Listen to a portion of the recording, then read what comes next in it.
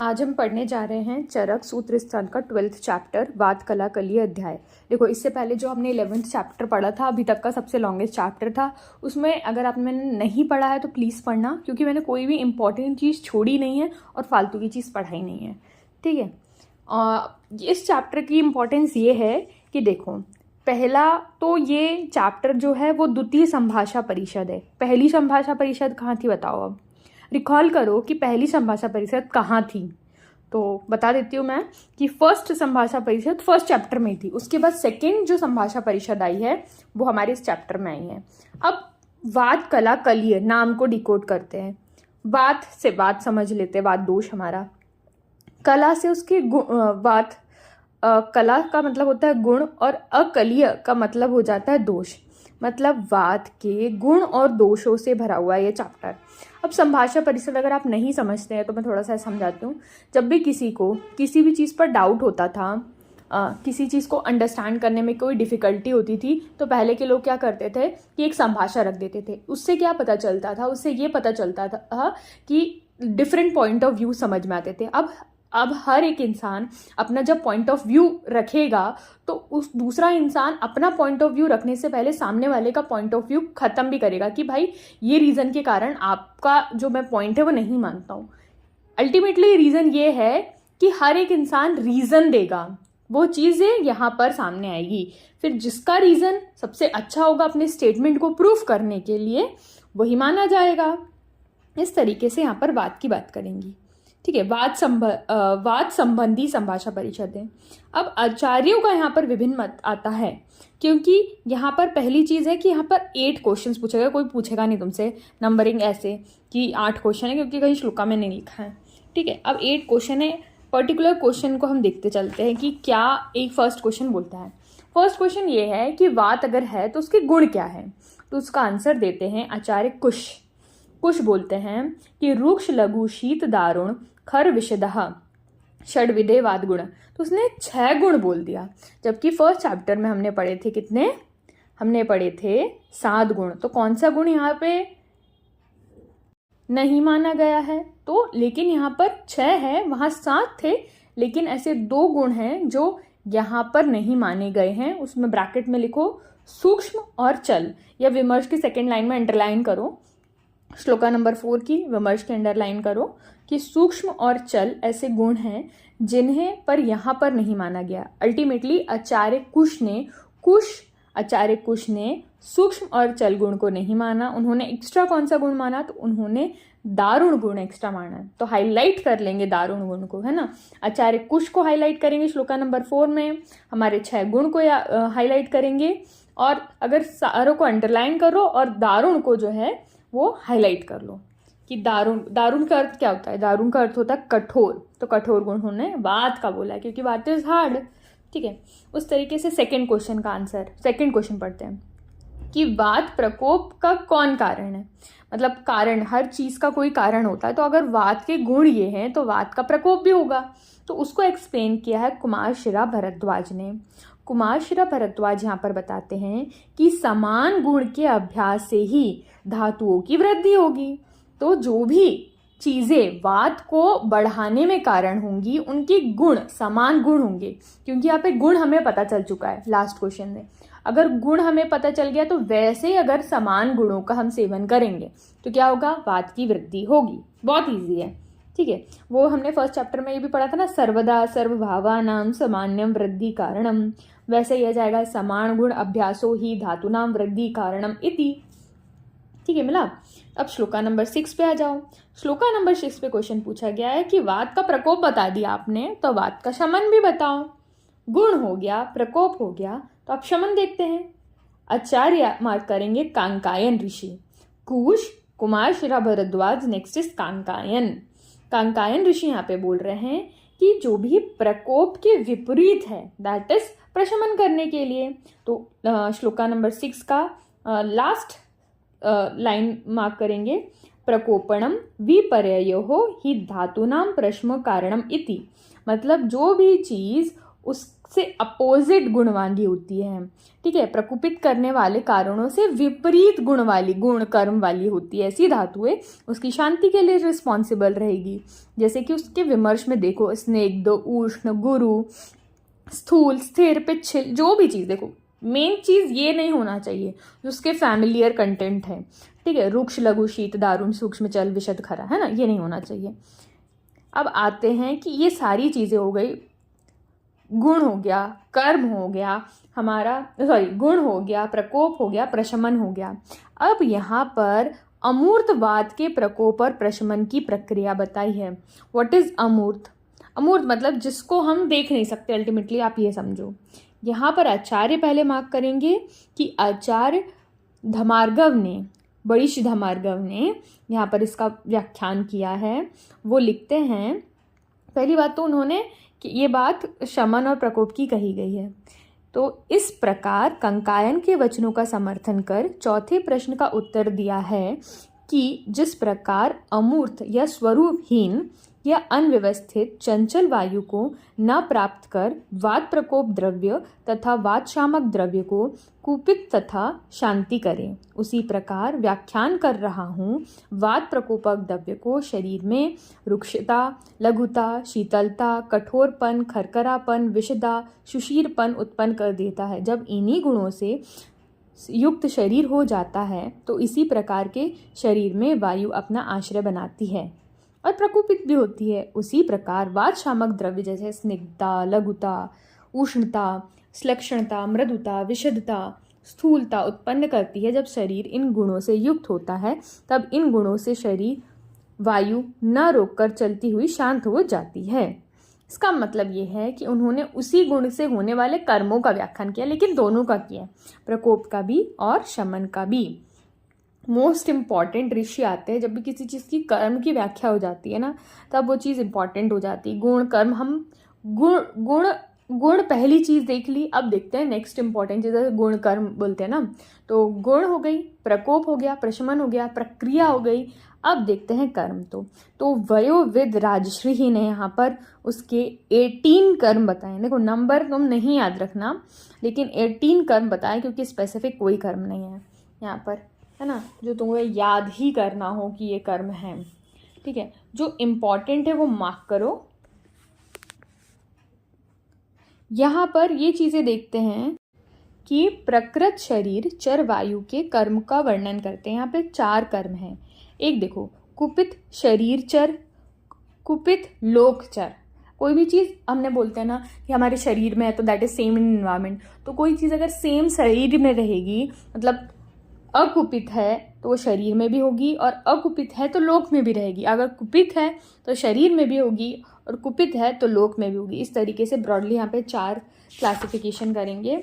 फिर उसके बाद हम कर्म देखते हैं। यहाँ पर आ जाओ, श्लोक का नंबर 8 का लाइन आप यहाँ से देखेंगे, 3rd लाइन से है, वायु ही तंत्र यंत्र धरह।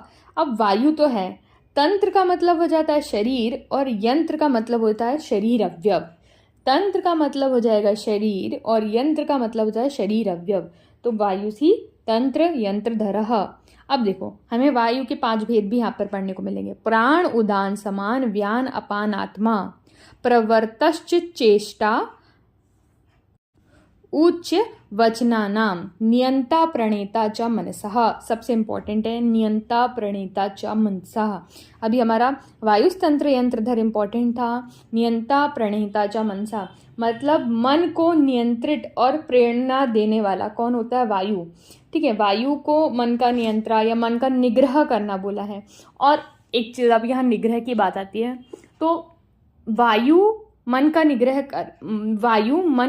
करता है, लेकिन मन जो है वो स्वयं का निग्रह करता है। ये पॉइंट अभी हम पढ़ेंगे कि मन का निग्रह कौन करता है। तो मनः मनसा निग्रह, ये वर्ड भी आएगा। ठीक है, नियंता प्रणेता च मनसा। ठीक है, सर्व इंद्रियाणाम उद्योजकः।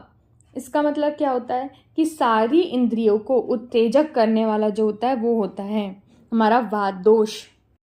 सर्वेन्द्रिय अर्थानाम अभिवोढ़, सर्वधातु सर्वशरीर धातु विहुकृत, संधानकरः शरीरस्य प्रकोप प्रवर्तको वचः। ठीक है, ये इंपॉर्टेंट नहीं है ना, इंपॉर्टेंट मैं आपको रिवाइज करवा देती हूँ, पढ़ सब लेना। इंपॉर्टेंट कर्म है वायुस्तंत्र यंत्रधर नियता प्रणता च मानसा, फिर उसके बाद आता है शरीर धातु विहुकर संधान करह शरीरस्य। ठीक है, ये हमारे इंपॉर्टेंट कर्म हो जाएंगे। उसके बाद देखो, अरे यार यहाँ पर अब इसको समझ लेते हैं कुछ चीज़ें, है ना, क्योंकि ऐसे आपको समझ में नहीं आ रही होगी, सिर्फ मार्किंग्स हो रही है। ठीक है, अब देखो वायु जो है हमारी खुशी के लिए भी रिस्पॉन्सिबल है और हमारे दुख के लिए भी रिस्पॉन्सिबल है। वायु के द्वारा ही हमारी अग्नि जो है वो बढ़ती है। वायु के द्वारा क्या होता है, दोषों का प्रशमन होता है, क्योंकि वायु सबको इधर उधर ले जा लेता है। ठीक है, और वायु से गर्भ करता भी है, कर्ता गर्भ कृति नाम। ठीक है, यहाँ से उसके आप हिंदी पे आ जाओ कि मैंने बता दिया आपको तंत्र यंत्रधर क्या है, उसके भेद के बारे में व्याख्यान हो गई। फिर शरीरक उच्चवाचक चेष्टाएं कौन करता है, नियंत्रण प्रणेता कौन है, सभी इंद्रियों को ग्रहण कौन कराता है। ठीक है, सभी इंद्रियों को ग्रहण कराने वाला, सभी इंद्रियों को अपने अपने विषय में ग्रहण कराता है ना, सभी इंद्रियार्थों को स्वयं ग्रहण कर एक स्थान से दूसरे स्थान ले जाने वाला, शरीर के सभी धातुओं को विहुन करने वाला, मतलब अपने अपने कार्य में लगाता है सबको, है ना। संधान अर्थात जोड़ना, पर जोड़ने से यहाँ पर ये समझे कि सभी को अपने यथा स्थान, मतलब जो उसको जगह है वहाँ पर पहुँच जाना।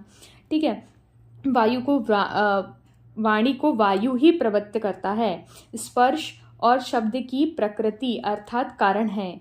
ठीक है, ये सारी चीज़ें हो गई हमारी मेन वात के कर्मों की। अब वात के कर्म हमें ऐसे भी मालूम होने चाहिए, ब्रॉडली क्लासिफिकेशन, फिर उसका वातज के बेसिक जो 5 भेद है, जैसे प्राण उदान समान व्यान अपान, तो यहाँ पर उसका विमर्श में मोस्ट इंपॉर्टेंट है, वही चीज़ें हम मार्क करेंगे।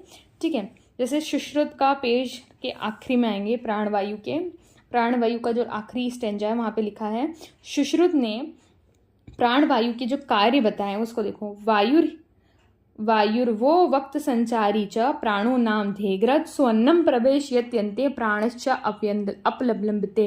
इसका मतलब ये है कि वायु अन्न को शरीर के भीतर ले जाता है, प्राण का धारक होता है। ठीक है, खाना ये बोला ना, सो अन्नम प्रवेशयत्यन्ते, मतलब खाने को अंदर ले जाने का काम कौन सी वायु करती है, प्राणवायु करती है। देखो उदान वायु के लिए पवनोत्तमः वर्ड आया है ना, पवनोत्तमः मतलब बेस्ट वायु जो आचार्य सुश्रुत मानते हैं वो है उदान वायु। समान वायु क्या है, समानो अग्नि, मतलब जो हमारे गट में रहती है, मेनली हमारे आमाशय पक्वाशय में जो रहती है वो होती है हमारी समान वायु। फिर गुल्म अग्नि साध अतिसार, क्योंकि अगर अग्नि हमारी ठीक नहीं होगी, मेनली जो अग्नि ओरिएंटेड डिजीज रहेंगी जैसे गुल्म अग्नि साध अतिसार वगैरह, तो ये सब कौन सी वायु के कारण होंगे, समान वायु के कारण होंगे। अब व्यान वायु के बारे में बात करते हैं। व्यान वायु सबसे बड़ी वायु कह सकते हैं। सबसे बड़ी क्यों, क्योंकि वो सभी जगह स्थापित है, सभी जगह स्थापित होने पर उसके कार्य बढ़ जाते हैं, है ना। और वो एक और वर्ड यूज किया गया है कि पंचधा चेष्टा मतलब 5 को अपने कार्य में भी, अगर वैसे तो वात सबको अपने कार्यों में लगाती है, लेकिन और डिफाइन करेंगे उसको तो व्यान वायु सबको अपने कार्यों में लगाती है। शरीर की बड़ी कोई चेष्टा हो या छोटी चेष्टा हो, उसमें प्रवृत्त रहता है धातुओं का व्यूहन कराना, धातु का संधान करना। ठीक है, ये सारे भेदक विकृत मल और धातुओं को सुखाने का कार्य सुश्रुत ने इन्हीं का बताया है। अब अपान वायु देखते हैं। देखो अपान वायु अधोमार्ग में रहती है, ये समझ लो, और जो भी अधोमार्ग के जो भी कार्य हो वो बिना अपान वायु के नहीं हो सकते। तो पक्वाधान आल्यो अपनः काले कर्षितः च अप्यधः समीरणः शक्रत मूत्र शुक्र गर्भ आर्तव वाणी च। इसका मतलब शक्रत हमारा मल, हमारा मूत्र, शुक्र और गर्भ और आर्तव, ये सारी चीज़ें जो होती है अधोमार्ग की व्याधि है तो अपान वायु से रिलेटेड हो जाएगी। ठीक है, अगर इसमें विकृति आती है तो वेदना भी उसी एरिया में होएगी। ठीक है, ये सारी चीज़ें हमको वात में समझनी थी। बहुत बड़ा कर्म वाला पोर्शन चला गया। अब चलते हैं कि विकृत विकृत यानी कुपित शरीर वायु के कर्म होगा। अभी शरीर मतलब शरीर के अंदर वाली बात करेंगे, मतलब जो भी चीज़ें होंगी हमारे शरीर के अंदर होगी, चाहे हमें भय होगा, शोक होगा, मोह होगा, प्रलाप होगा। जो गर्भ को भी नष्ट करे वो कौन सी वायु होगी? अब गर्भ को नष्ट करेगी तो आप ऑप्शंस 4 है, लौकिक कुपित वायु, अलौकिक कुपित वायु।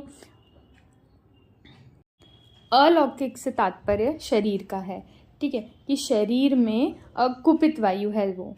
तो अल्टीमेटली ये समझना है कि 4 भेद है उसके, कुपित शरीरचर, कुपित लोकचर, अकुपित शरीरचर, और जो मैंने आपको पहले बताया था अकुपित लोकचर। जो शरीर में विकृति हो रही है तो पहली बात तो कुपित होगी, दूसरी क्या वो लोक की होगी? नहीं, वो शरीर की होगी। तो ये जो गर्भ की विकृति है, विहंती गर्भान, मतलब जो गर्भ को नष्ट करती है वो हमारी कुपित शरीरचर वायु होगी। जो भय शोक आदि सारी चीज़ें कराती है, हमारे बल वर्ण के लिए रिस्पॉन्सिबल है, वो शारीरिक वायु ही होगी हमारी, ठीक है। उसके बाद आ जाते हैं लोक वायु। लोक वायु मतलब अब इसमें शरीर का कोई इन्वॉल्वमेंट डायरेक्टली नहीं रहेगा। जैसे कि मैंने बोला यहाँ पर क्या है, देखो पहला जो आता है पृथ्वी को धारण करना, अग्नि को जलना, सूर्य चंद्रमा नक्षत्र ग्रहण अपनी अपनी गति में उचित रहना। क्या ये कुछ भी चीज़ शरीर से है? नहीं। धारिणी धारणम, धारिणी यहाँ पर पृथ्वी के लिए, धारणम यानी पृथ्वी किसका धारण करती है, तो इसमें कौन इन्वॉल्व है? इसमें हमारी अकुपित मतलब नॉर्मल काम है ना ये, तो इसलिए कि आप कौन सी हो जाएगी? जो लोक वायु है, यानी जो शरीर से बाहर रहती है, जो लोक वायु। शरीर वायु अलग हो गई, लोक वायु अलग हो गई, और ये नॉर्मल काम है, सही सही हो रहा है, कोई चीज़ खराब नहीं है ना। धारिणी धारणम, पृथ्वी धारण ही करती है, तो वो हो गई अकुपित वायु, है ना। कुपित बोलेंगे तो काम बिगड़ जाएगा। फिर अग्नि के ज्वलन के लिए ज्वलनो उज्ज्वलनाम, ठीक है। फिर जो भी नक्षत्र के लिए रिस्पॉन्सिबल होती है, प्रवर्त, स्रोतस में चीज़ें प्रवर्त होना। स्रोतस एक बहुत बड़ा वर्ड आ जाता है। स्रोतस से सिर्फ और सिर्फ चैनल अगर बोलते हैं हम तो बहुत कम चीज़ें हो जाती है। विभागो धातु नाम, ठीक है। बीज अभिसंस्कार, अब देखो गर्भ की बात कहाँ आ रही है और बीज अभिसंस्कार, इसको हाईलाइट कर लो, क्योंकि बीज मतलब बीजों के गुणों का अभिसंस्कार करना है। यहाँ पर बीज से वाला बीज नहीं लिया, गर्भ पोषक बीज नहीं लिया, बीज लिया है बस। तो बीजों में गुणों में अभिसंस्कार करना जो हो जाती है हमारा प्राकृत लोक वायु का कर्म है। विभागो धातुन भी, धातु से वहाँ नहीं चले जाना है ना, ये चीज़ें याद रखना। अब ये देखते हैं कि नॉर्मल चीज़ें देख ली हमने, तो अब इसको बिगाड़ के भी देख लेते हैं कि लोक के कुपित कर्म देखते हैं, ठीक है। समुद्रों में जैसे उत्पीड़न हो रहा है, जो हमारी सुनामी वगैरह आ जाती है ना, तालाब नल नालों के जट को उलटना, नदी के तल को उल्टे बहना, भूमि कंप करना, मेघों का अधिक गरजना। देखो कोई भी चीज़ अच्छी नहीं है ना। जो भी चीज़ उफान पर आ रही है, अच्छी नहीं हो रही है, अनुकूलता में नहीं जा रही है, वो चीज़ आ जाएगी हमारी। देखो मैं इतना एम्फसाइज इसलिए कर रही हूँ क्योंकि मल्टीपल चॉइस क्वेश्चन यहाँ से बनते हैं और उसमें बहुत कन्फ्यूजन होता है कि कहाँ से आएगा। तो पहले तो कॉन्सेप्ट क्लियर होना चाहिए कि कौन सी चीज़ कहाँ से आई। मेन उसका ये है कि अगर वो लौकिक है तो पहली बात तो शरीर से बाहर किया जाएगी। दूसरी, अगर वो सही काम करे, क्योंकि श्लोक में यहाँ पर आपको हिंदी नहीं लिख के दी जाएगी, श्लोक में आपको क्वेश्चन में आपको हिंदी नहीं लिख कर दी जाएगी, सिर्फ श्लोक के कॉन्टेक्स्ट ही रहेंगे। उत्पीड़न सागराणाम, मतलब उत्पीड़न हो रहा है, कहाँ हो रहा है उत्पीड़न? तो सागर मतलब समुद्र में, ठीक है। उद्वर्तन, यहाँ पर सरसा, सरसा मतलब ये तालाब का पर्याय है ना।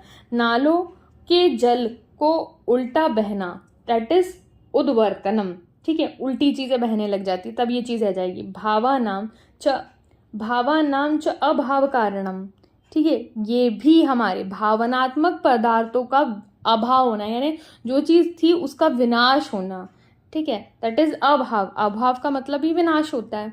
तो ये सारी चीज़ जो हो जाएगी हमारी। और चतुर्युगों के अंत करने वाले भयंकर बादल, सूर्य, अग्नि और वायु को उत्पन्न करना। चतुर्युग अंत कारणम मेघ, सूर्य, अनल आदि, अनलादिनाम विसर्गः, ये सारी चीज़ जो हो जाएगी हमारी काय की हो जाएगी? प्रकुपित लोक वायु के कर्म हैं। अब वायु के आगे वाले कॉन्टेस्ट देखते हैं हम, उसके बहुत अच्छे से हम ये 8 क्वेश्चन हमारे कंप्लीट होते हैं। अब इतना सब कुछ तुमने देखा तो सेम वर्ड तो कोई यूज़ नहीं करेगा, तो वाद जब इतना बड़ा है तो वाद के पर्याय भी कुछ बड़े होंगे। तो भगवान की संज्ञा भी वाद को दी गई है। भगवान की संज्ञा है इम्पोर्टेंट। मृत्यु, यम, नियंता, प्रजापति, अदिति, विश्वकर्मा, विश्वरूपा, सवर्गः, ठीक है, सर्वतंत्राणाम विधाता, ठीक है, विभु, विष्णु, कांता, लोकानाम, ये हमारे वाद के पर्याय हो जाएंगे। अब इतनी जब बात वाद की हो गई तो थोड़ी बात पित्त और कफ की कर लेते हैं। तो सबसे पहली चीज़ है कि पित्त का आचार्य याद रखना है, क्योंकि वाद के तो बहुत सारे आचार्य हो गए। तो पित्त मतलब तीखी चीज़, तो तीखी होती है हमारी मिर्ची से मरीची याद रख लेंगे।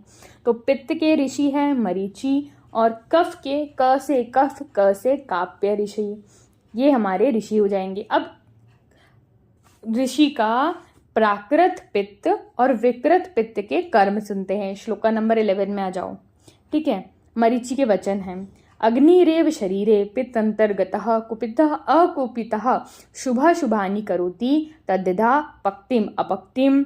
मतलब क्या है, देखो पहली लाइन तो सेम है, कुछ नहीं, कि शरीर में रहने वाली जो पित्त है वो कुपित और अकुपित रहकर शुभ और अशुभ कर्मों को देने वाली होगी।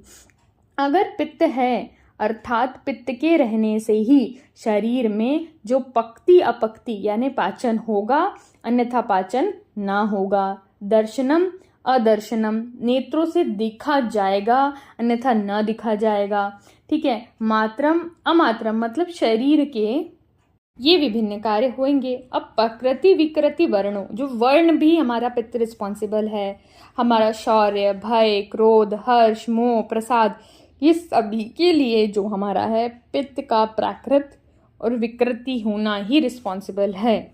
अब कापे पे आ जाएंगे तो पहली लाइन तो देखो उनकी भी सेम है, ठीक है। फिर सोमेव शरीरे, उनने अग्निरेव शरीरे बोला था, इनने सोमरेव शरीरे बोल दिया है, ठीक है।